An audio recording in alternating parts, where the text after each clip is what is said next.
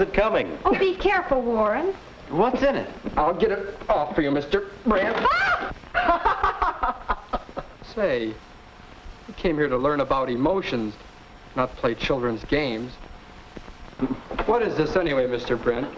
Well, you had some questions about emotions for your biology classwork. This will help. Sit down. Notice your own emotional reactions to what you've just experienced. What did you feel? What did you do? How about you, Jean? Oh, I've got to catch my breath, Mr. Brett. That scared me. Warren, your reaction. Well, I think I feel kind of angry. You tricked us, you know. And you, Larry? Where did you get this thing? This is pretty clever. Notice that each of you reacted differently. Jean's reaction you might call one of fear. I'll say. Jean drew away from the box. That's what you generally do when you're afraid of something. On the other hand, Warren's reaction you might call rage. He was ready for a fight. What happened to me? What did I do? You laughed. You were pleased. You drew closer to the box. You liked it. Psychologically, we classify that sort of response with what we call the basic emotion of love. And so we have examples of each of the three basic emotions. Fear, rage, and love. Why did we act that way? I didn't want to be afraid. Our emotional reactions are involuntary, pretty much automatic. Well, if that's the case, then why weren't all our reactions the same? Well, Jean, when we're born, emotional reactions are pretty much the same in everyone. But as we grow older, each of us develops his own individual set of response patterns. Why is that, Mr. Brent? Conditioning. What's conditioning? Come over here. Did you ever see a mouse that acted as if he were afraid of cheese? Afraid of cheese? Sounds impossible, doesn't it? But watch this.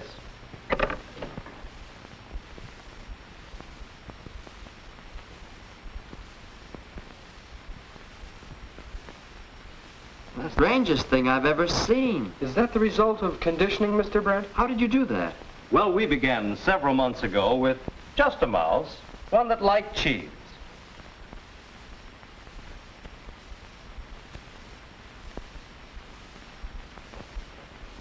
When it was confronted with a piece of cheese, it responded by going toward it.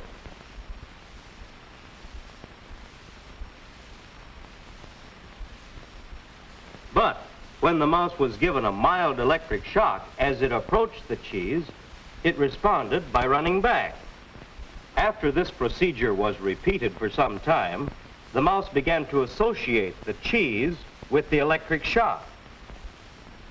And because he was afraid of the shock, the mouse was conditioned to be afraid of cheese.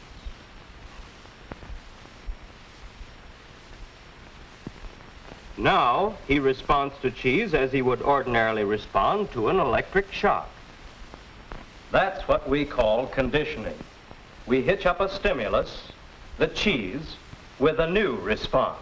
Must be pretty hard on the mouse. But it doesn't happen to people that way, does it? Let's find out. Come over here, Warren. Hold your hand out like this. That's right. Now just try to hold it steady. Don't let your hand move. Just hold it steady. But you're pushing it down. Just hold it steady. Steady. Steady. Hey, it went up.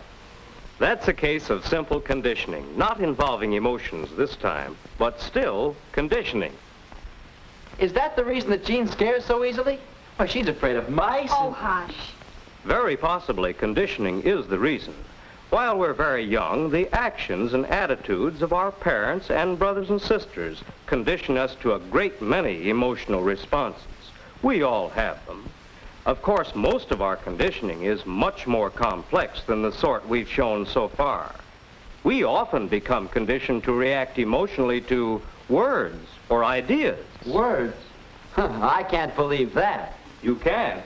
Well, remember, emotional behavior is largely involuntary. Here, come over here and take a look at this model of the brain. This is the front of it.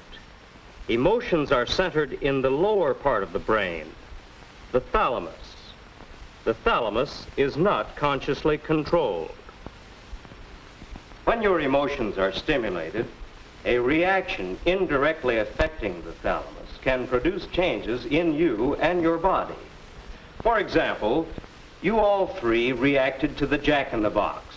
Your facial expressions and actions changed, and that was without any conscious effort or control, wasn't it? That's right. Well, in the same way, your reactions can produce involuntary changes within your body. For example, these glands may produce tears. That's common in emotional responses. Other glands, such as the adrenals and the liver, work harder.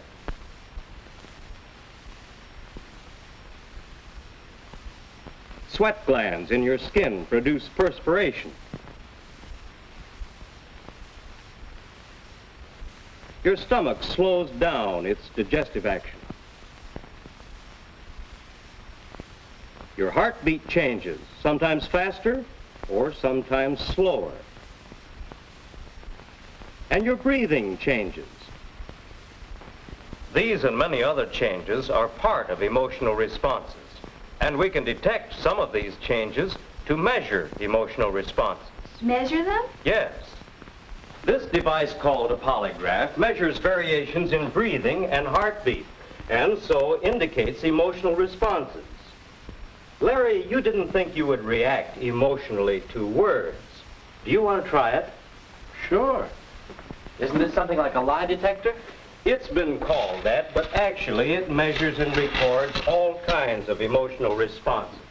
This part is the pneumograph, or bellows, which measures your respiration or breathing. Now, if you'll roll up your sleeve, Larry, we'll put this armband on your arm, and this will record your pulse, or heartbeat. You've probably seen one of these in a doctor's office, haven't you, Larry? Yes, sir. Now, if Larry makes an emotional response to anything I mention, you'll notice a change on this record. Oh, this won't hurt Larry, will it? No, indeed. Just relax, Larry. This won't hurt a bit. Yes, this won't hurt a bit. You sound just like my dentist. I'll turn it on.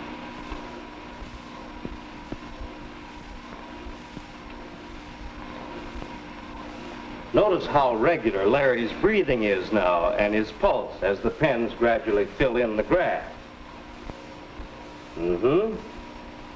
Larry responds to the word fill.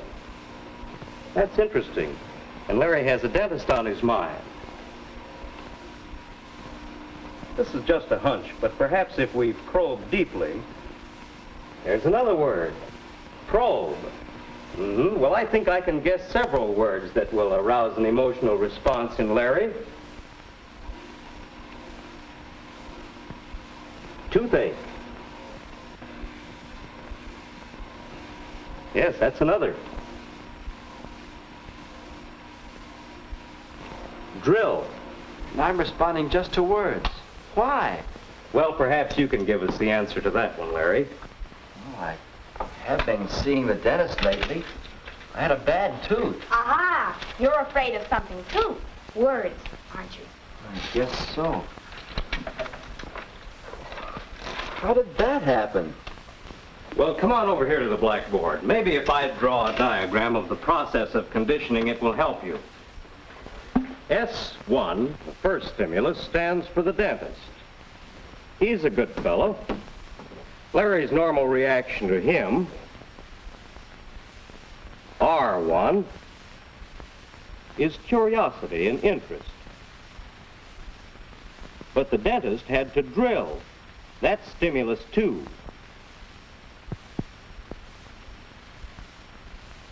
And in this case, that caused pain. Response number 2. The normal response to pain is a desire to get away, a type of fear response. Each time Larry went to the dentist, it was something like the mouse and the cheese. the dentist stimulus became associated with the response of pain and fear, until Larry is conditioned to react to even words about the dentist with a pain-fear response. This conditioning may wear off after a while, or it may not. Emotional disturbances may ruin your appetite, make you nervous, even upset your stomach.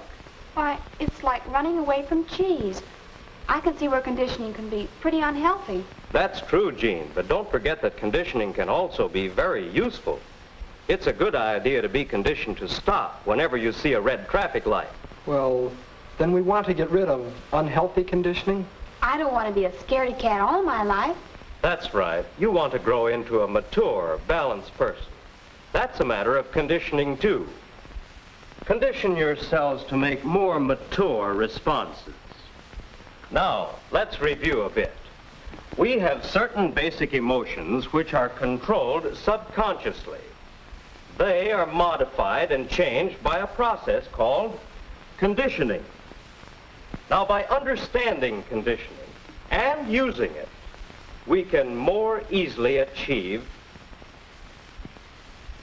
emotional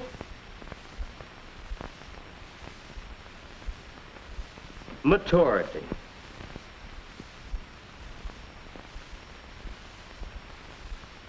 Let's remember what happened with the Jack-in-the-Box.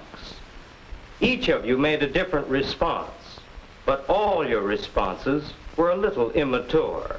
Mature persons respond in a more balanced manner. That is, their responses include a little of each of the basic emotions. Enough fear for protection, a little anger or rage at being made foolish, a spark of the love response. That is, interest, curiosity, pleasure, a balance, you see. And we all want to become more mature emotionally, don't we? Oh, I sure do. Before we go, Mr. Brent, may I keep this graft? Yes, of course. I'm beginning to see now how important it is to understand your emotions. Thank you, Mr. Brent.